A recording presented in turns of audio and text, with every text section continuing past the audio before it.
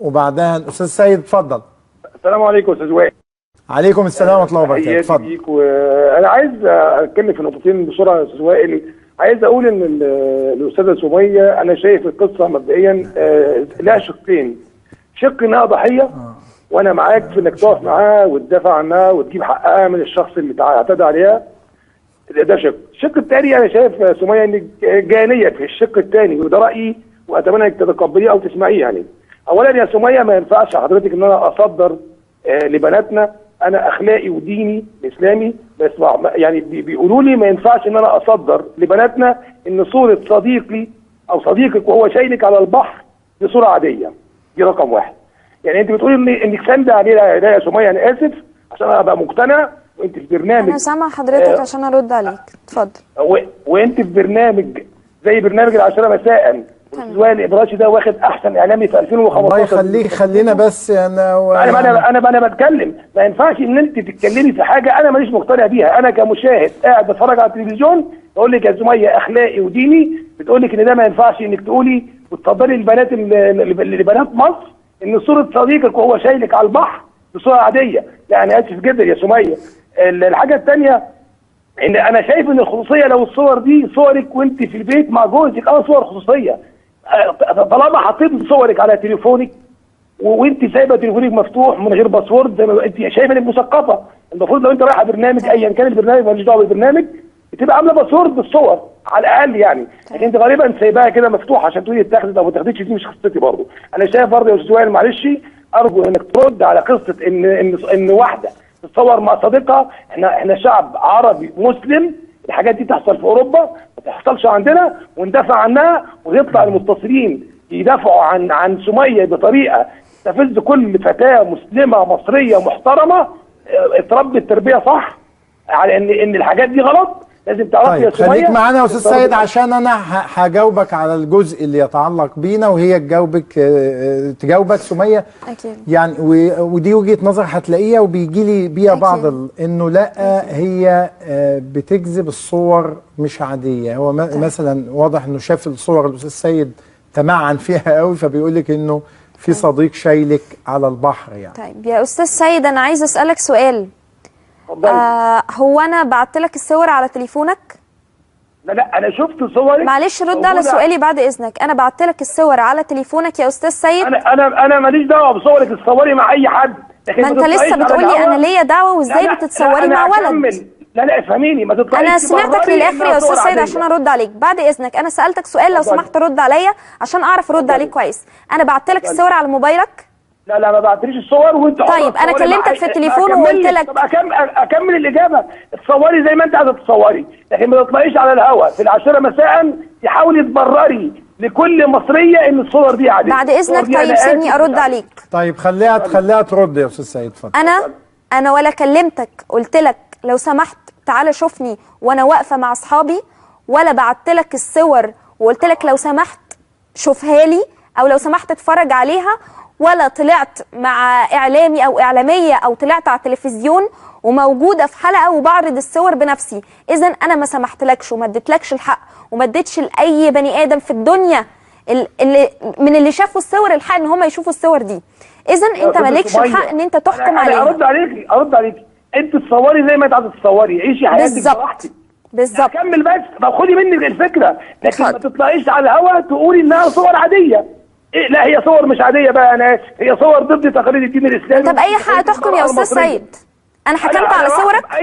خلاص بعد اذنك انا جايه لك بكره البيت على فجاه اقتحم بيتك واشوف حياتك واشوفك وانت في بيتك في سريرك ونايم واشوفك وانت في مطبخك وفي حمامك وفي كل حته ومع كل الناس ومع اصحابك وهحكم عليك وانت مالكش الحق ان انت ترد عليا. خلاص؟ لا هي بتقصد يا استاذ سيد انها كل واحد مش عارف. احنا مش عارفين الناس بتعمل ايه في بيوتها على البحر. انت بتقول اصلا هي مش لازم تبقى في البيت بس. حتى لو عندك صور خاصة على البحر حتى لو عندك صور خاصة في اي مكان وانت مدلدل رجليك في الترعة. استاذ وائل ايها الاعلامي المحنك هل تقبل بتبرير الخطأ؟ استاذ سيد خطأ تمام، لان الصور دي بتاعتي لوحدي وانا ما اديتلكش الحق ولا ان انت تشوفها ولا ان انت تحكم عليها. اسماعيل لو مش خطا ما كانتش والدتك خصمتك يا سميه. لو مش خطا زي ما انت قلتي ما كانش اهلك قطعوك يا سميه. دلوقتي انت بتحكم على على علاقتي باصحابي وعلى حياتي الخاصه وعلى علاقتي باهلي اللي انا اصلا ما سمحتلكش ان انت تدخل فيها. انت اللي قلتي على الهوا ان مامتك مخصماكي، مش انا اللي قلت.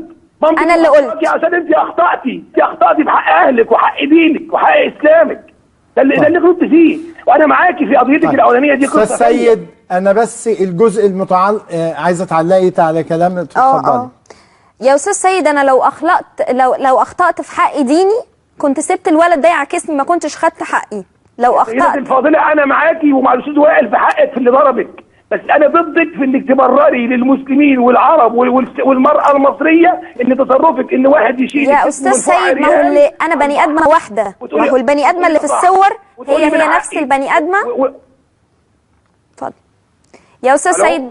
ايوه يا استاذ سيد انا بوضح لحضرتك ان انا نفس البني ادمه اللي كانت متصوره وشايفه ان الصور مش غلط، هي نفس البني ادمه اللي ما سمحتش لواحد ان هو يكلمها كلمه مش من حقه ولا دينيا ولا اخلاقيا زي ما حضرتك كنت بتقول دلوقتي. يا سميه انا كان نفسي منك حاجه واحده بس، كان نفسي انك تعتذري عن الصور او تقولي ان انا كنت مخطئه. عارفه لو قلتي لجوزي كنت هبقى مبسوط جدا. صورك انت وجوزك خصوصيه وهي اخطات، لكن ده صور مع صديقي وصور عاديه. يعني يا استاذ سيد هي الخصوصيه للمتجوزين بس؟ طبعا لما تبقى صورك مع واحد صديق. يعني انا ماليش خصوصيه لغايه ما اتجوز؟ يا ستي يعني انا اسمح للناس ان هي تقتحم حياتي عشان انا مش متجوزه؟ سمية انا احترم خصوصياتك، اعملي اللي تعمليه، انت حره، ربنا اللي هيعاقبك مش انا بكلمك ما تطلعيش تصدري لبنات مصر المحترمات ان ده صور عاديه. ده اللي انا اقصده. صورك مع شاب ما هوش خطيبك، ما هوش جوزك، مش خطيبك، ما هوش جوزك. طيب هل ده من حقنا؟ السؤال اللي بساله بقى يا استاذ سيد، اتفضل يا استاذ. هل نعطي لانفسي حق الان في ان انا افتش في موبايلات وفي كمبيوتر وفي بيت؟ لا مش من حقي. خليني بس افهم، طالما انه هذه الصور هي صور خاصه بيها، هل لو في سيده قتلت على يد شاب فطلعنا صور للقتيله في انها كان عندها علاقه عاطفيه او حتى علاقه جنسيه قبل كده، فهل ده معناها انه القتيله دي لا تستحق التعاطف معاها في انها قتلت؟ هل معنى كده ان انا افتش في حياه الناس؟ لا يا استاذ وائل انا معاك في وقوف في قضيتها الاولى بانك تقف معاها في حقها الراجل اللي ضربها، ومعاك ان كل واحد حر في خصوصياته، ده انا متفق معاك تماما ومع سميه، لكن انا مختلف مع سميه في انها تطلع على الهواء وتقول ان صور عاديه جدا. يا سميه لما يبقى واحد شايلك على البحر وهو عريان مش صوره عاديه جدا، انا اسف يا سميه لو انت صح ما كانتش مامتك قطعتك زي ما انت قلتي، مش انا اللي بقول. استاذ سيد البنت المصريه يا سميه لازم تعترف انها لو اخطات يبقى اخطات، لكن ما ينفعش ان انا اصدر لبنتي او بنت الاستاذ وائل او بنت المشاهد اللي قاعد قدامك ان صورك مع صاحبك صور عاديه جدا يا سميه. ده اللي انا اقصده يا سميه، انت حره في حريتك. استاذ سيد انا نفس البنت، ما ينفعش في دقيقه تقول عليا صح وفي دقيقه تقول عليا غلط. لا انت صح ان انا الاستاذ وائل ابراج يقف معاكي في الوغد البني ادم اللي ما بيفهمش اللي ضربك ده، انا معاكي ومع الاستاذ وائل في كده، لكن ضدك في ان صور بالمنظر ده تبقى صور عاديه. انا بقول لك الست المصريه المسلمه. طيب يبقى انت عشان بس هنا هو بيقول انه لا هو متضامن معاكي في الاعتداء عليكي والصور لم تغير موقفه، لكن هو بيتحفظ على انك تقولي هذه الصور انها عاديه. يعني كان ممكن وطبعا انا مش من حق حد ان يقول لك طبيعه هذه الصور ايه ومين معاكي ايه وده ايه. هو بيقول لك كان ممكن تقولي لا ده انا اخطات، ده خطا حصل وانا مش هعمل كده تاني، لكن طبعا مش من حق حد يا استاذ سيد انه يقول لحد قول لنا الصور دي ايه وصورك الخاصه دي، لانه لو فتشنا، لو اعطينا لانفسنا الحق ان احنا نفتش فيما يكتبه الناس مش عارفين ممكن نلاقي ايه يعني. فيعني خلينا عموما دي وجهه نظر انا طولت معاها، لانه في بعض الشخصيات هنلاقيها بتحمل نفس وجهه نظر الاستاذ سيد سلام. طيب دينا من القاهرة، أستاذة دينا اتفضلي.